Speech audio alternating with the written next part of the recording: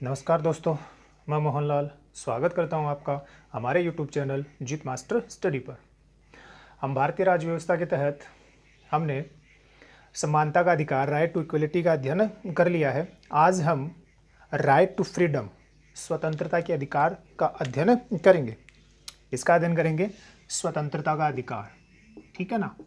कौन सा है? स्वतंत्रता का अधिकार, राइट टू फ्रीडम, ठीक है ना। राइट टू फ्रीडम जो है आपके कहाँ से कहाँ तक? आर्टिकल 19 से आर्टिकल 22 तक, ठीक है।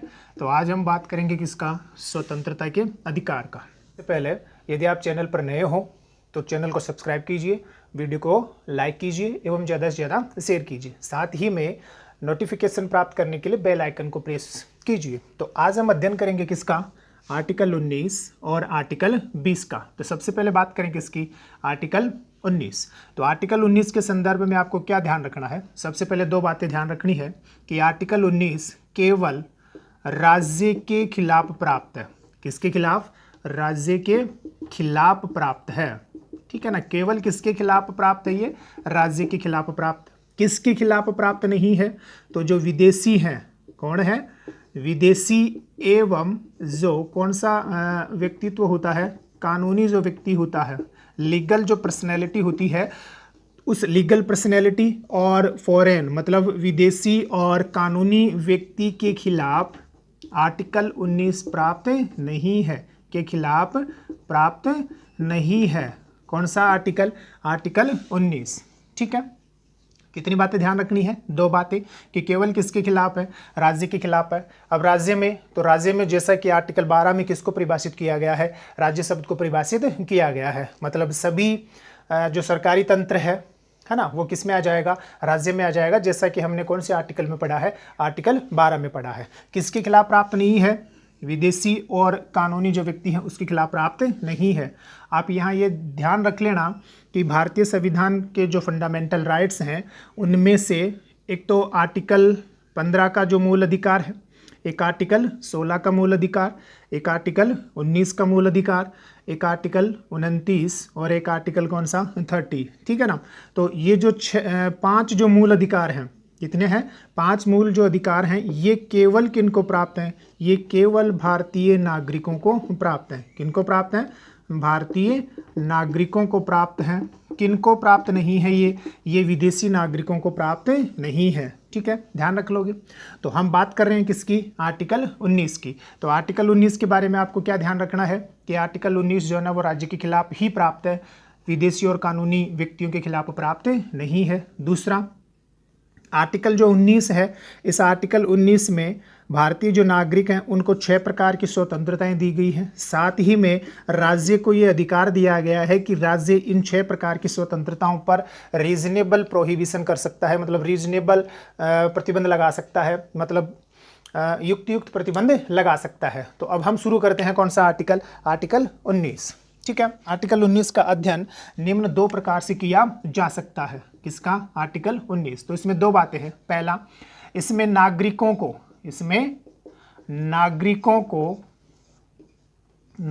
को 6 प्रकार की क्या दी गई हैं? 6 प्रकार की स्वतंत्रताएं दी गई हैं, है ना। कितने प्रकार की? 6 प्रकार की स्वतंत्रताएं दी गई हैं। और इसी में आपके राज्य को ये अधिकार दिया गया है, राज्य को अधिकार दिया गया है कि राज्य क्या कर सकता है? 6 प्रकार की स्वतंत्रताओं पर। किस पर? 6 प्रकार की स्वतंत्रताओं पर प्रतिबंध लगा सकता है। क्या कर सकता है? प्रतिबंध लगा सकता है, ठीक है ना। लेकिन ये प्रतिबंध कैसा होगा? ये युक्त प्रतिबंध होगा, ये रीजनेबल क्या होगा? प्रतिबंध होगा। तो हमें आर्टिकल 19 के बारे में कितनी बातें ध्यान रखनी है कि आर्टिकल 19 में 2 बातें हैं। नागरिकों को कितने प्रकार की स्वतंत्रताएं हैं? 6 प्रकार की।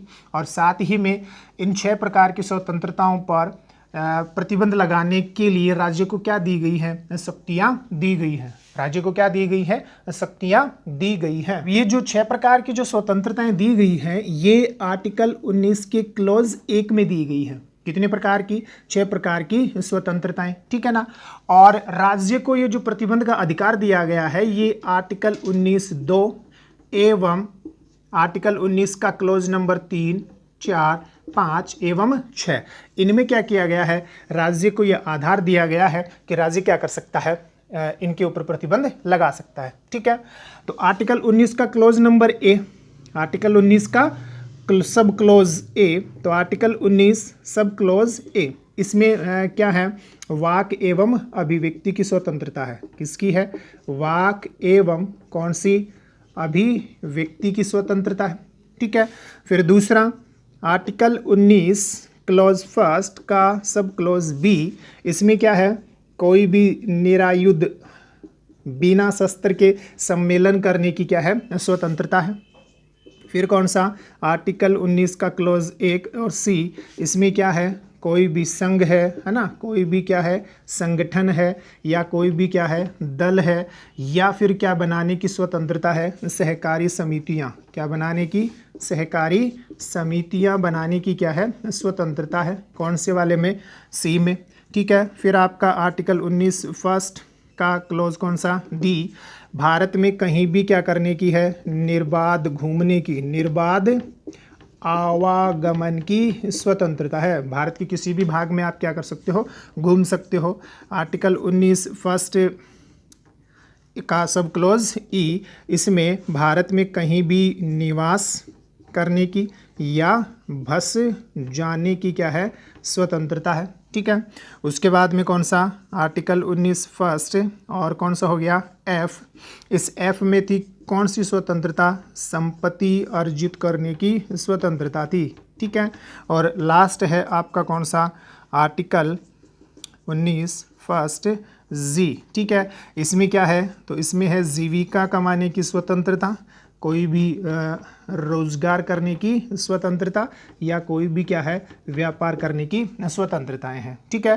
तो ये कितने प्रकार की हैं? 6 प्रकार की क्या है? स्वतंत्रताएं हैं, ठीक है।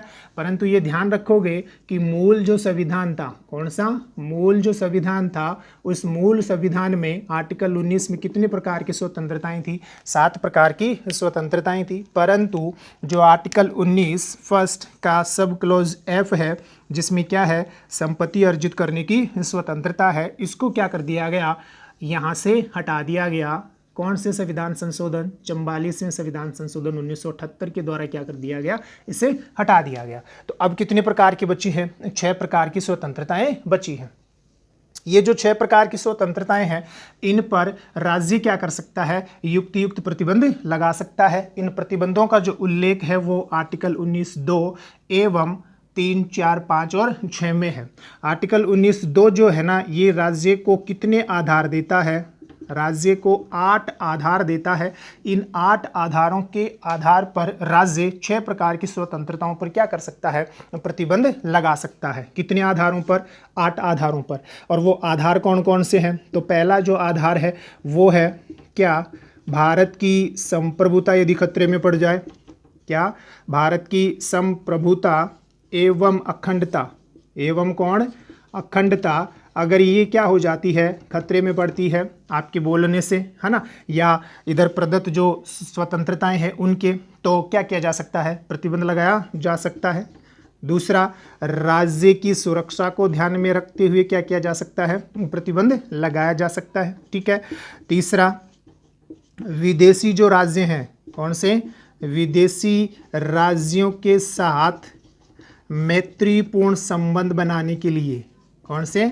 मैत्रीपूर्ण संबंध बनाने के लिए क्या किया जा सकता है? प्रतिबंध लगाया जा सकता है, ठीक है। फिर 5 नंबर जो है वो आपका हो जाएगा कि न्यायालय की अवमानना। कौन हो जाएगा?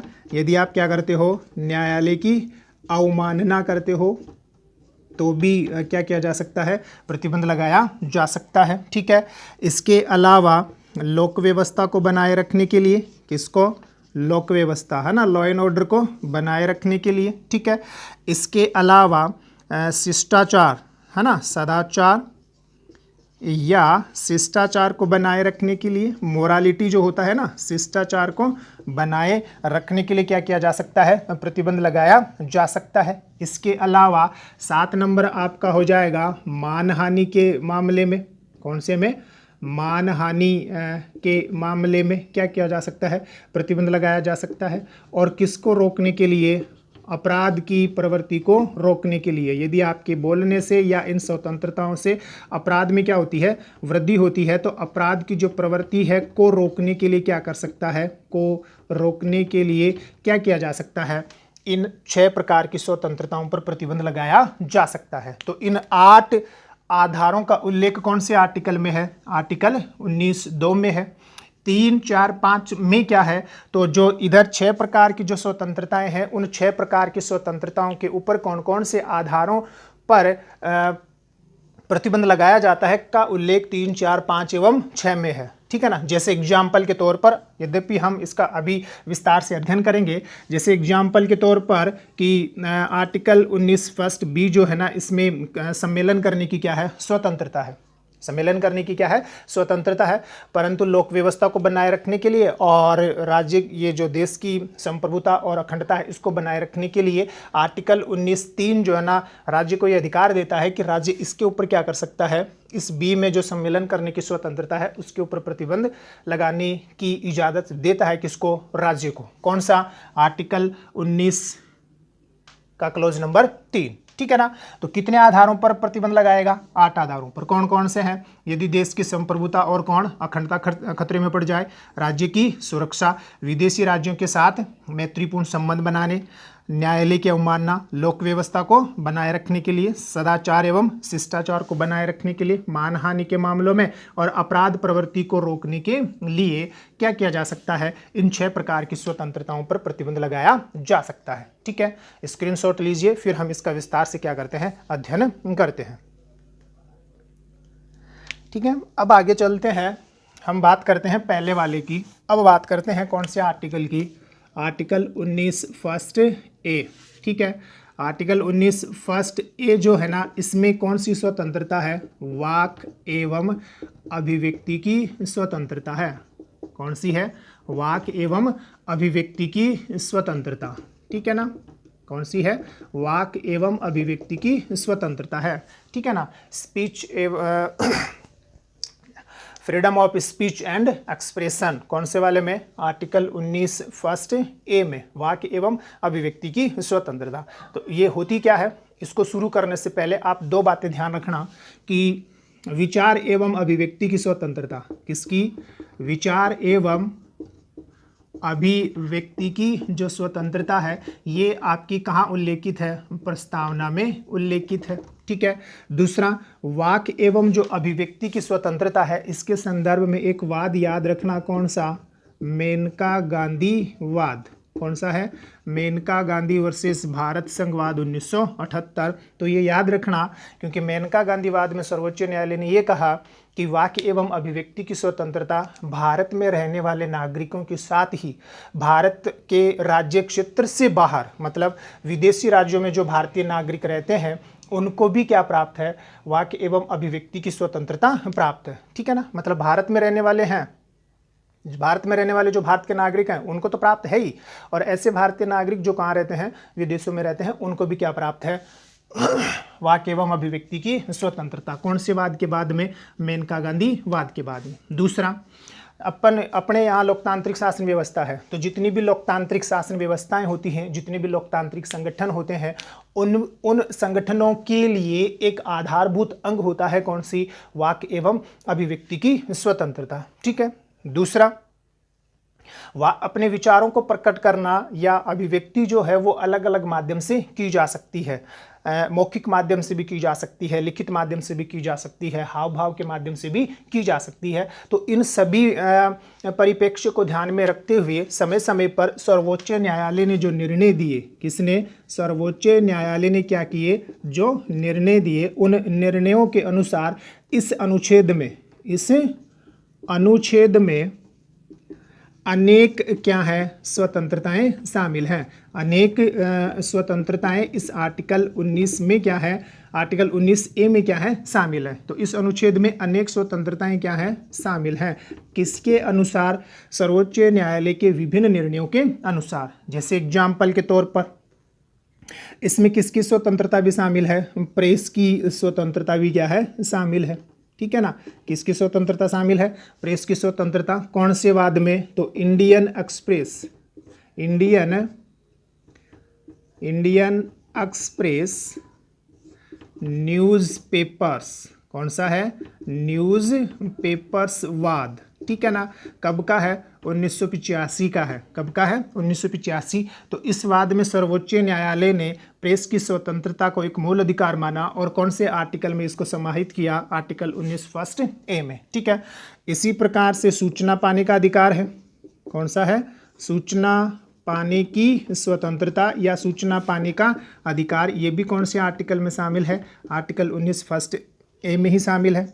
इसी प्रकार जानने का अधिकार है या जानने की स्वतंत्रता, जानने का अधिकार या जानने की स्वतंत्रता, ये भी किस में शामिल है, इसी में क्या है शामिल है, ठीक है ना।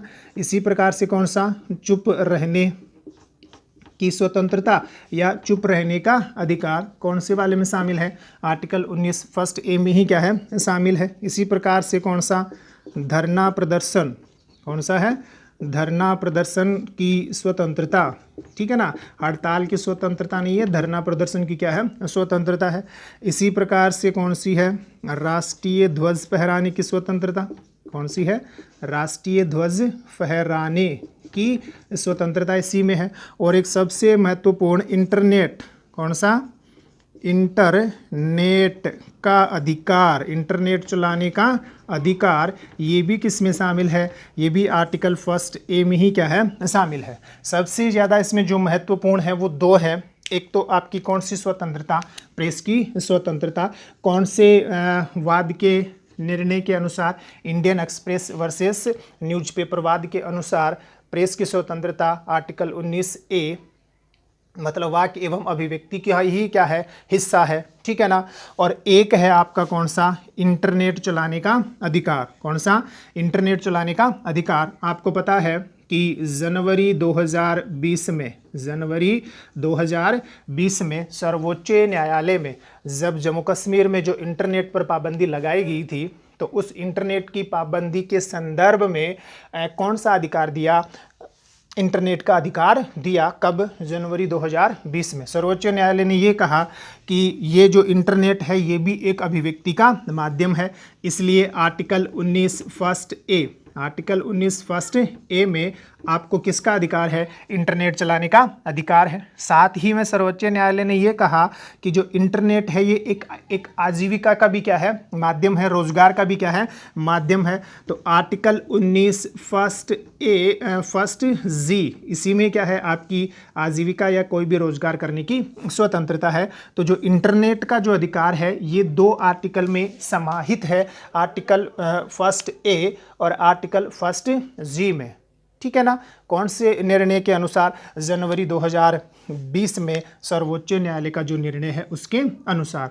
यहाँ ये भी ध्यान रख लेना कि 2017 में, कब, 2017 में केरल उच्च न्यायालय ने सबसे पहले, किसने, केरल उच्च न्यायालय ने सबसे पहले कौन सा अधिकार दिया था, इंटरनेट का अधिकार दिया था, ठीक है। लास्ट बात, ये जो आर्टिकल 19 फर्स्ट ए के तहत ये जो विभिन्न प्रकार की स्वतंत्रताएं हैं, ये जो आर्टिकल 19 फर्स्ट में ये जितनी भी स्वतंत्रताएं हैं इनके ऊपर राज्य आर्टिकल 19(2), कौन सा, आर्टिकल 19(2), जिसमें कितने आधार बताए गए हैं, 8 आधार बताए गए हैं, के आधार पर क्या लगा सकता है, युक्ति युक्त प्रतिबंध लगा सकता है, रीजनेबल प्रतिबंध लगा सकता है, कौन, राज्य, ठीक है। अब हम आगे बात करते हैं, एक इसका क्या कर लीजिए, स्क्रीनशॉट ले लीजिए, ठीक है ना। 19 फर्स्ट बी की बात करते हैं, किसकी बात करते हैं, बी की बात करते हैं। तो इसमें क्या है, कोई भी सम्मेलन करने की स्वतंत्रता है, कौन सी, सम्मेलन की क्या है स्वतंत्रता है, ठीक है ना। लेकिन जो सम्मेलन किया जाता है वो सम्मेलन क्या होना चाहिए, निरायुध होना चाहिए, मतलब सम्मेलन का उद्देश्य कोई युद्ध करना नहीं होना चाहिए, और साथ ही में हथियारों के बिना क्या होना चाहिए, ये सम्मेलन होना चाहिए, मतलब शस्त्र रहित क्या होना चाहिए, सम्मेलन होना चाहिए। कौन से आर्टिकल में है, आर्टिकल 19 फर्स्ट बी में है। ठीक है, इस सम्मेलन करने की स्वतंत्रता पर राज्य क्या लगा सकता है, राज्य प्रतिबंध लगा सकता है। कौन से आर्टिकल के अनुसार, तो आर्टिकल 19 का क्लोज नंबर 3। और यहाँ पर कितने आधारों पर प्रतिबंध लगाए जा सकते हैं, 2 आधारों पर प्रतिबंध लगाए जा सकते हैं। वो 2 आधार का आपके कौन कौन से हैं, तो एक तो आपका कौन सा हो गया कि देश की संप्रभुता, किसको ध्यान में रखते हुए, देश की संप्रभुता एवं किसको ध्यान में रखते हुए, अखंडता को ध्यान में रखते हुए। और दूसरा कौन सी, लोक व्यवस्था को बनाए रखने के लिए क्या किया जा सकता है, इस स्वतंत्रता पर प्रतिबंध लगाया जा सकता है। ठीक है, फिर बात करें कौन से आर्टिकल की, तो आर्टिकल 19 फर्स्ट सी। कौन सा है, आर्टिकल 19 फर्स्ट सी। इसमें क्या है, इसमें है कोई भी संघ या कोई भी संगठन या कोई भी दल बनाने की क्या है, स्वतंत्रता है, बनाने की क्या है, स्वतंत्रता है। ठीक है ना, परंतु यहाँ ये भी ध्यान रख लेना, कौन सा संविधान संशोधन, 97वां संविधान संशोधन 2012 में ये लागू हो गया था, 2011 में हुआ था। ठीक है ना, जनवरी 2012 में क्या हुआ, प्रभावी। तो 97वां संविधान संशोधन 2011 के तहत इस आर्टिकल 19 फर्स्ट सी में क्या बनाने की स्वतंत्रता भी शामिल है, सहकारी समितियां बनाने की स्वतंत्रता भी क्या है, शामिल है। क्या बनाने की, सहकारी समितियां बनाने की स्वतंत्रता भी क्या है, शामिल है। ठीक है ना, कौन से वाले में, इस आर्टिकल 19 फर्स्ट सी में, ध्यान रख लोगे। इसके अलावा हम बात करें तो ये जो आर्टिकल 19 सी में जो ये स्वतंत्रताएं दी गई हैं, इनके ऊपर भी राज्य क्या कर सकता है, प्रतिबंध लगा सकता है। ठीक है ना, और प्रतिबंध कौन से के अनुसार लगाएगा, आर्टिकल 19(4). और इसमें जो कितने आधार दिए गए हैं, 3 आधार, इन 3 आधारों के आधार पर क्या लगा सकता है, प्रतिबंध लगा सकता है। और वो कौन से हैं, एक तो आपका कौन सा, सदाचार या शिष्टाचार, सदाचार या कौन सा, शिष्टाचार है। ठीक है, बाकी 2 हैं आपके वही लोक व्यवस्था और कौन सी, देश की संप्रभुता एवं अखंडता को ध्यान में रखते हुए। तो कौन से के अनुसार लगाया जा सकता है, आर्टिकल 19(4) के अनुसार लगाया जा सकता है। ठीक है, अगला जो आर्टिकल है वो है आपका कौन सा, आर्टिकल 19 फर्स्ट डी और आर्टिकल 19 फर्स्ट ई। ठीक है, इसमें क्या है, देश में कहीं भी निर्बाध आवागमन की स्वतंत्रता है। कौन सी है, निर्बाध आवागमन की स्वतंत्रता है। और इसमें देश के किसी भी भाग में क्या है, स्थायी निवास करने या बस जाने की क्या है, स्वतंत्रता है। ठीक है, कौन से वाले में, आर्टिकल 19 फर्स्ट डी और आर्टिकल 19 फर्स्ट ई में। ठीक है, इन दोनों जो स्वतंत्रताएं हैं, इन दोनों स्वतंत्रताओं का जो उद्देश्य है, वो उद्देश्य है देश की जो इंटीग्रिटी है ना, देश की जो एकता है ना, उस एकता को बनाए रखना। किसकी, देश की एकता को बनाए रखना। ठीक है ना, या यूँ कहें कि नागरिकों में राष्ट्रीयता की भावना, कौन सी, राष्ट्रीयता की भावना को विकसित करना, इन दोनों का क्या है, उद्देश्य है। ठीक है ना, तो डी जो है ना, देश में कहीं भी आवागमन की स्वतंत्रता की बात करता है, और ई जो है ना, वो देश में कहीं भी स्थायी आवास बनाने की क्या करता है, बात करता है। ठीक है, इन दोनों के ऊपर ये जो स्वतंत्रताएं दी गई हैं, इनके ऊपर राज्य क्या कर सकता है, युक्त प्रतिबंध लगा सकता है।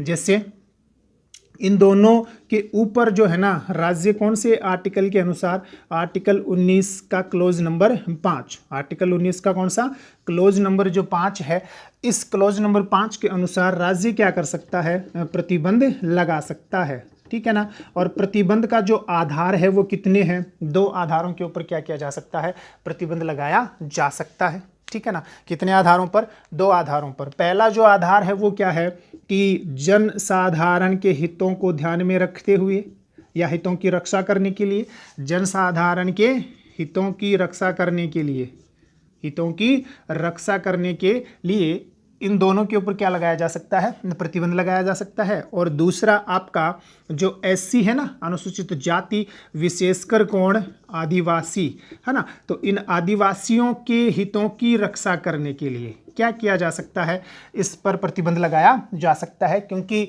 अगर आदिवासी बाहुल्य क्षेत्र है और वहाँ बेरोक टोक लोगों का आवागमन होगा तो आदिवासियों की जो अलग संस्कृति है, उनकी जो अलग सभ्यता है, उनकी जो अलग मान्यताएं हैं, वो क्या हो जाएंगी, या नष्ट हो जाएंगी। तो उनकी रक्षा के लिए राज्य जो है ना वो क्या कर सकता है, इन दोनों के ऊपर प्रतिबंध लगा सकता है। कौन से आर्टिकल के अनुसार, आर्टिकल 19(5) के अनुसार। ठीक, आर्टिकल 19 का जो लास्ट है वो है आपका कौन सा, जी, क्योंकि एफ जो था ना, कौन सा, एफ जो था जिसमें संपत्ति अर्जित करने की स्वतंत्रता थी, उसको तो क्या कर दिया गया, हटा दिया गया 44वें संविधान संशोधन 1978 के द्वारा। तो जो जी है, ये जी क्या कहता है, किसकी बात करता है, आजीविका या जीविका कमाने की स्वतंत्रता देता है, या कोई भी व्यापार करने की स्वतंत्रता देता है, या कोई भी क्या करने की, रोजगार करने की क्या करता है, स्वतंत्रता देता है। कौन से वाला, जी वाला। इसके ऊपर भी राज्य क्या कर सकता है, युक्त प्रतिबंध लगा सकता है। और वो कौन से आर्टिकल के अनुसार लगाएगा, आर्टिकल 19 के क्लोज नंबर 6 के अनुसार। जैसे नशीली जो दवाइयाँ हैं, मानव का जो स्वास्थ्य है उस पर विपरीत प्रभाव डालने वाला जो व्यापार है ना, उसको प्रतिबंधित किया जा सकता है। ठीक है ना। या फिर कोई भी व्यापार अगर कोई करता है, कोई भी व्यापार यदि कोई नागरिक करता है, तो राज्य जो है उस व्यापार के लिए जो टेक्निकल क्वालिफिकेशंस होती हैं, मतलब तकनीकी जो अहर्ता होती है, वो क्या कर सकता है, निर्धारित कर सकता है। कौन से के लिए, आर्टिकल 19 का फर्स्ट जी, आर्टिकल 19 फर्स्ट जो जी है, इसके ऊपर राज्य क्या कर सकता है, युक्त प्रतिबंध लगा सकता है। कौन से के अनुसार, आर्टिकल 19(6) के अनुसार। तो ये अपना कौन सा आर्टिकल है, आर्टिकल 19 कंप्लीट है। ठीक है।